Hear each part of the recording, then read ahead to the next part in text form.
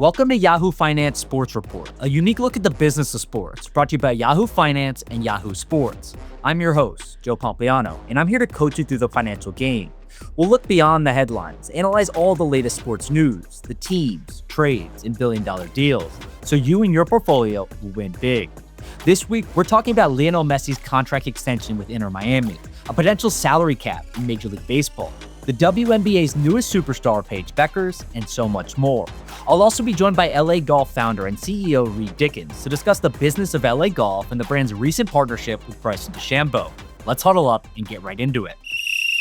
All right, it's time for this week's Pomps Playbook, where I take a look at some of the biggest headlines in sports that you and your portfolio need to know. Let's start with the NFL's record-breaking revenue from this past season. According to a report from Sports Business Journal last week, the NFL generated over $23 billion in revenue for the 2024 league year. As a result, each NFL team will receive a distribution of $416 million from the league for shared income from broadcast, sponsorship, and licensing deals. That's a 9% increase from 2023's distribution of $382 million. The league's more than $23 billion in revenue shows that the NFL's business continues to thrive under Commissioner Roger Goodell, as revenue has now grown over 250% since Goodell became commissioner in 2006. The NFL is also well on its way to meeting Goodell's goal of $25 billion in annual revenue by 2027, which he publicly declared in 2010 when league revenue was only $8 billion. And the NFL still has many levers it can pull to improve its bottom line in the coming years. It's almost a certainty that the NFL will opt out of its current media rights deals that pay more than $11 billion to the league annually in 2029 to renegotiate for an even bigger TV package from broadcast partners. The league is also looking to increase its regular season schedule to 18 games in the next few years and expand its international slate of games to 16 per season. And if there's one thing Roger Goodell does well, it's finding unique ways to make more money for the NFL. Next up, I'm talking about an impending contract extension between soccer legend Lionel Messi and his MLS club, Inter Miami. David Orenstein of The Athletic reported last week that Inter Miami and Messi are in advanced talks for a contract extension to keep the 8-time Ballon d'Or winner in Miami past 2025. Messi's current contract, which he signed in 2023 and expires at the end of the current MLS season, is one of the most unique contracts in sports. The contract is worth $150 million, includes revenue sharing agreements for new MLS season pass subscribers on Apple TV Plus and apparel sales from Adidas, and has an option for a limited ownership stake in Inter Miami upon retirement. The Messi deal has been huge for MLS and Inter Miami, which has seen its franchise value grow 100% from $600 million in 2022 to $1.2 billion today, according to Forbes. Inter Miami has also more than tripled its revenue from $56 million in 2022 to an MLS-leading $180 million last year. Now, a contract extension would ensure that Messi helps open Inter Miami's new 25,000-seat Miami Freedom Park Stadium in 2026, which has been a public goal of team owner Jorge Mas. Because even at nearly 40 years old, Messi's presence on the team will drive multiple sellouts at Miami Freedom Park in 2026, and that means even more revenue for Inter Miami. To round out Pomp's playbook, I'm looking at a potential salary cap in Major League Baseball. CNBC sources confirmed in a report last week that MLB owners and league commissioner Rob Manfred are privately discussing the addition of a salary cap to the new collective bargaining agreement next year. The CNBC report said that the new financial structure would include a salary cap and a salary floor for MLB team spending on players. But as I previously discussed on our March 6th episode, the MLB Players Association is strongly against the salary cap and is prepared to fight the proposition in CBA negotiations. MLB's current CBA expires on December 1st, 2026, and if the league can't come to a new agreement with its players by that date, then a lockout will likely happen. A shift to a salary cap model would end MLB's historic policy of limitless team spending coupled with luxury taxes and revenue sharing for low payroll clubs. Calls from MLB owners for a salary cap have heated up recently as the gap between the league's top and lowest spending teams continues to grow. For example, when factoring in luxury tax payments, the LA Dodgers are spending over $500 million on their roster this season, whereas the Miami Marlins are spending just $67 million on their roster. I'll be following this story closely, as we could be on the verge of a massive shift in the economic structure of Major League Baseball. This week for the deeper dive, where I give you a play-by-play analysis of news in the sports world and its significance to your bottom line, we're talking about the UFC's next media rights deal. The UFC's exclusive negotiating window with ESPN for a new media rights agreement ended on Tuesday, and the two parties left without a deal. Now, this doesn't necessarily mean that the UFC won't stay on ESPN. It just opens the door for the UFC to begin negotiations with other companies like Netflix, Amazon Prime Video, and Warner Brothers Discovery. This is a massive deal for not just the UFC, but all of sports. You see, the UFC dominates the 18 to 34 male demographic, which is the most important audience for TV advertisers and therefore TV networks. This domination has skyrocketed UFC's valuation from $4 billion in 2016 to roughly $12 billion today. And the MMA giant has a massive opportunity to further boost its value through its upcoming media rights negotiation. Now, the UFC's media rights are a bit complex. They have multiple deals with ESPN that account for free-to-watch events and pay-per-view options. These deals currently pay about $500 million annually, and everyone knows that the UFC and Disney's bundle offering are the only things that have enabled ESPN Plus to add 25 million subscribers since its launch in 2018. With this, it would be wise for ESPN to renew the UFC rights to help launch its flagship direct-to-consumer app later this year. However, it's also not shocking that the UFC wants to test the market with sports-hungry streaming providers. My guess is that the UFC will have plenty of options. They own 90% of the market share in MMA by revenue today, and streaming providers make a ton of sense because the UFC has a ton of content year-round, a young audience that is used to streaming sports already, and a global platform that companies can stream internationally. Multiple reports say that the UFC wants $1 billion annually on its next media rights deal, and I think they will get it.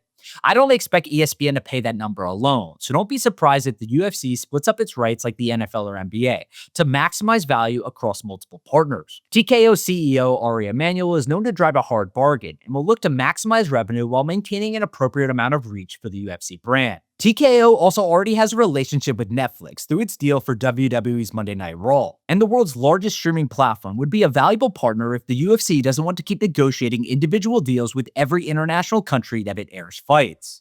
So, as negotiations begin, we'll sit back and watch the UFC's biggest fight in history unfold, a billion-dollar battle between streamers and networks that will take place outside the octagon. We've made it to the one-on-one, a conversation where I get to break down news and sports with a key player in the industry. This week, I'm joined by LA Golf founder and CEO Reed Dickens.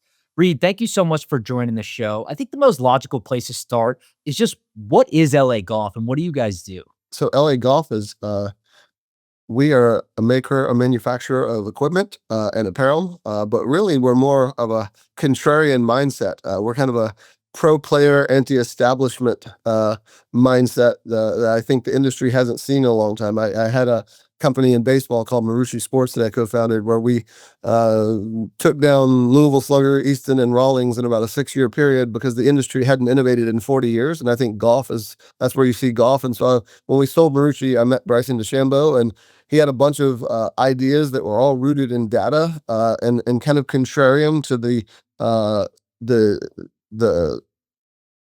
thinking of the industry. It really excited me. And so we managed to create more IP, and I think a more compelling brand in 4 years than the major companies have done in the last 40 years. Yeah, so a lot of these golf manufacturers are obviously, decades old at this point and have established brands and a lot of sales. So I'm curious why you think they haven't done some of the things that you're doing, right? Is it just because it's not profitable for them? Is it they're too rooted in their ways? Like, why do you think there was that in for you guys to go and use more of a data-driven approach?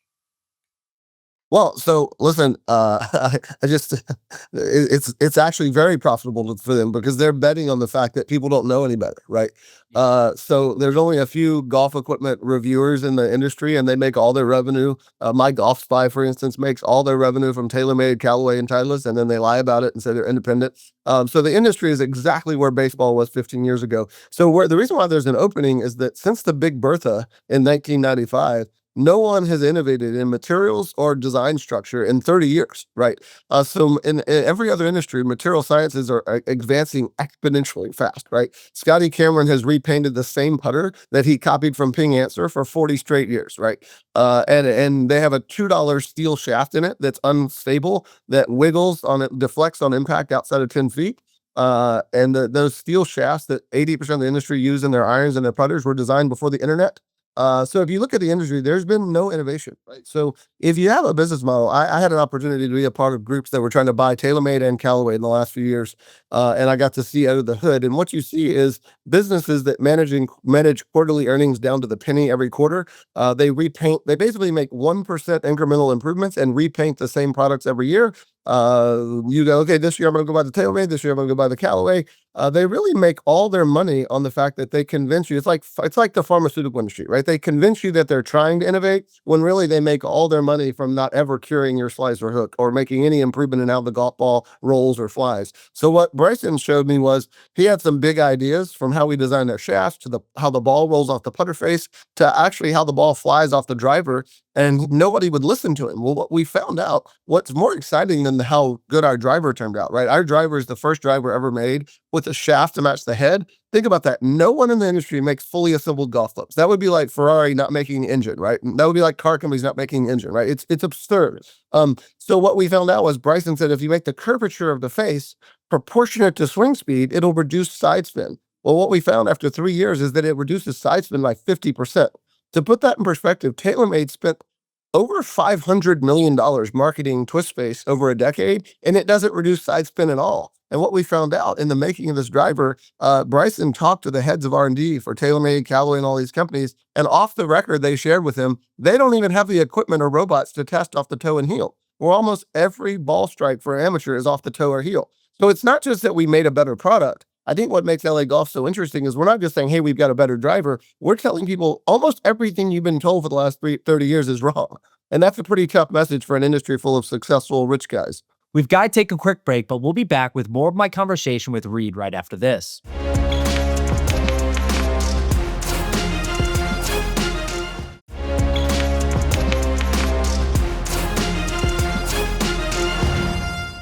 Welcome back to Yahoo Finance Sports Report. I'm your host, Joe Pompliano. I'm here with LA Golf founder and CEO Reed Dickens.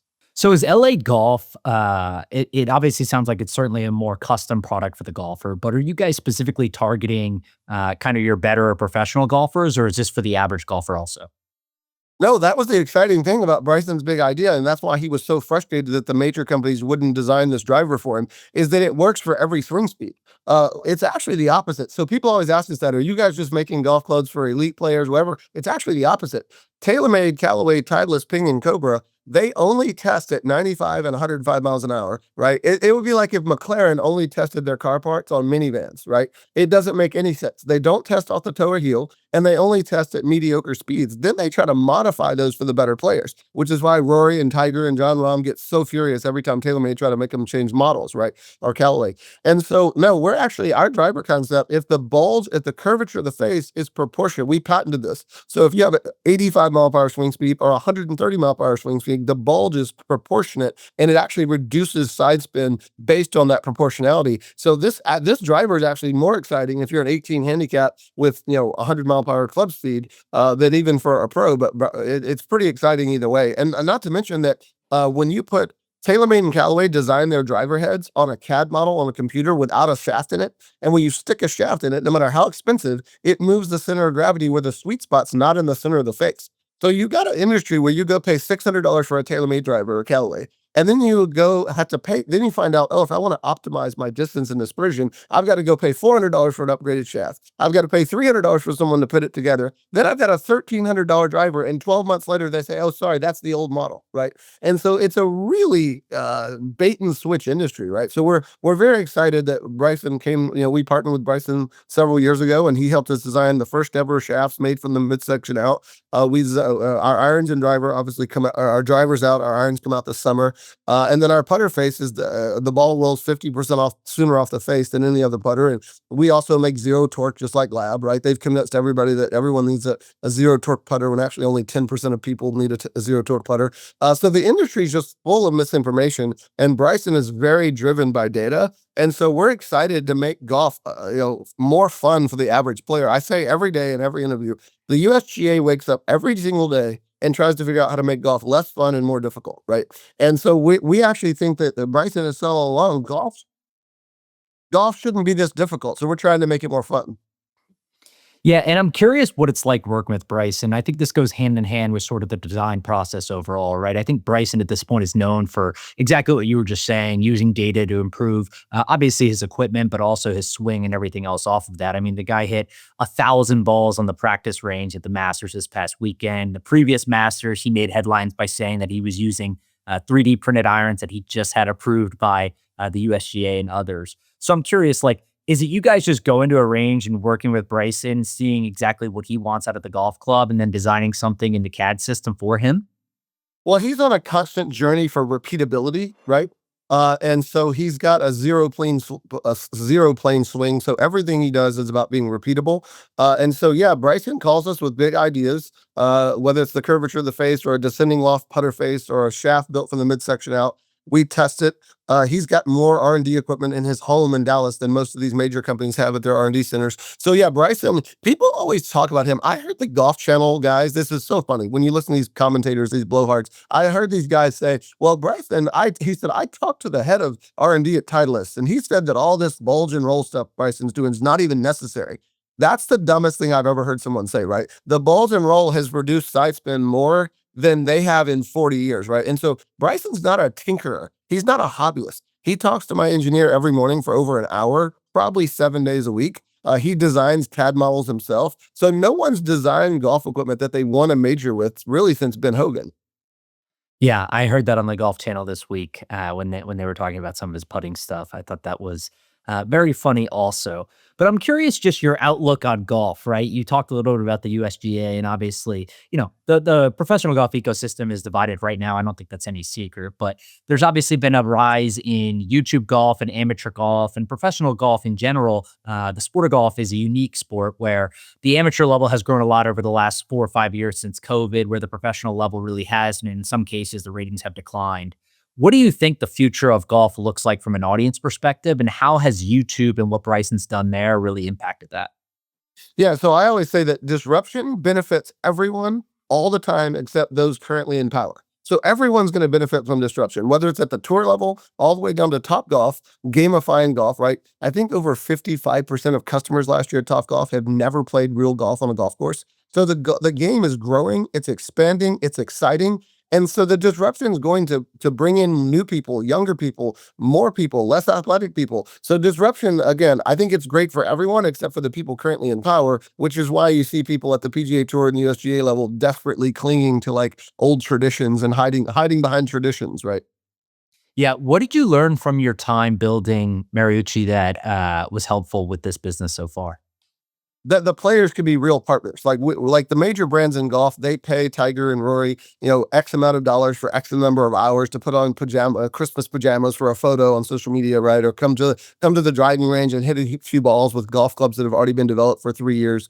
We actually have the players write checks, and we don't pay players in Marucci, and same thing in LA Golf. The players actually cut checks and invest. They're involved in every aspect of the development of our products, not just the marketing. So that was my biggest takeaway from Marucci. And then number three is that when I said we were going to be the number one bat in baseball, everyone rolled their eyes and said, Louisville Slugger's been number one for 100 years. And Easton's, controls every Little League World Series in college. And then within 7 years, we were the number one bat in baseball from Little League to Major League. And I think golf is ripe for disruption, just like baseball was. It's harder. Adoption is slower in golf because every guy thinks they know everything about equipment, right? So golf is a lot harder and slower adoption, but the industry is ripe for disruption because no one's innovated in decades.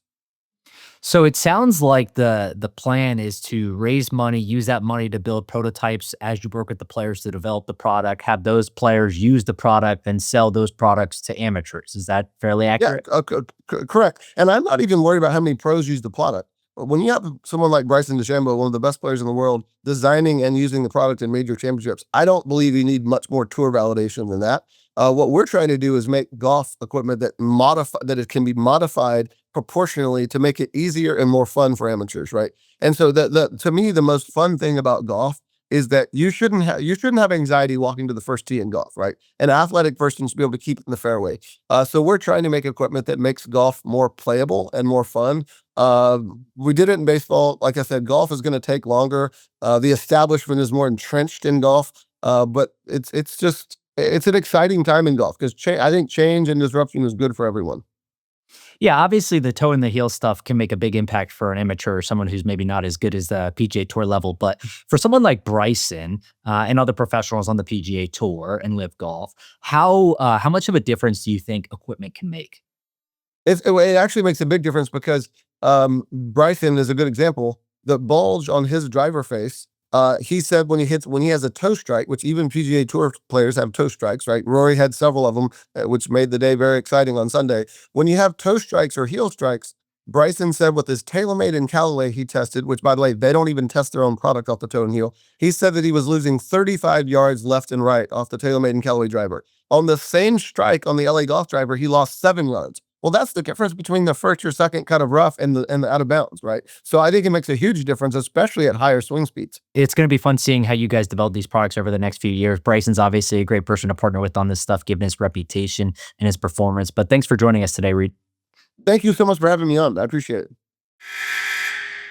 The clock is winding down here, but we have just enough time for some final buzz. So let's talk about WNBA #1 draft pick Paige Bueckers. Last Monday, fresh off her NCAA national title victory, former UConn guard Paige Bueckers was selected by the Dallas Wings with the #1 overall pick in the 2025 WNBA draft. Now, Bueckers is a massive star in her own right, with over 2 million followers on Instagram, but her 4-year rookie-scale WNBA contract, which is set by the WNBA's collective bargaining agreement, doesn't match the star power that she brings to the league.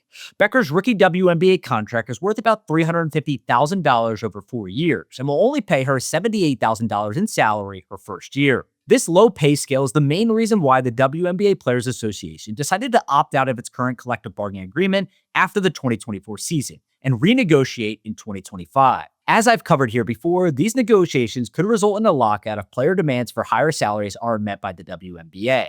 However, Bueckers is coming into the league with a few safety nets. She had multiple NIL deals throughout her time at UConn and has endorsement deals with massive brands like Nike and Gatorade today. Bueckers also has a safety net in the form of Unrivaled, the upstart 3v3 women's basketball league that recently concluded its inaugural season with $27 million in revenue. Now, as a reminder, Unrivaled wasn't created as a WNBA competitor. Rather, it's a US-based league that players can be part of during the WNBA offseason instead of playing overseas. Unrivaled signed Bueckers early to an NIL deal before her senior season last year and gave her equity in the league. And multiple reports say that Bueckers' salary with Unrivaled will be more than $350,000 in her first year, which means she'll make more money in that one season than her entire WNBA rookie contract. With Bueckers joining the ranks of other players in Unrivaled, her deal could put even more pressure on the WNBA to establish a new CBA without a work stoppage. However, as I've mentioned on our show previously, the WNBA's economics are complicated, and make a new deal with substantially higher player salaries really difficult. But that doesn't seem to bother Paige Bueckers, and she is already using her star power to turn up the heat on CBA negotiations with her new league. We're all out of time, so it's officially game over for this week. Thank you so much to Reed and for all of you for joining us. Please make sure to scan the QR code below to follow Yahoo Finance Podcasts for more videos and expert insights, and catch us every Thursday wherever you get your podcasts. I'm your host, Joe Pompliano. See you next time.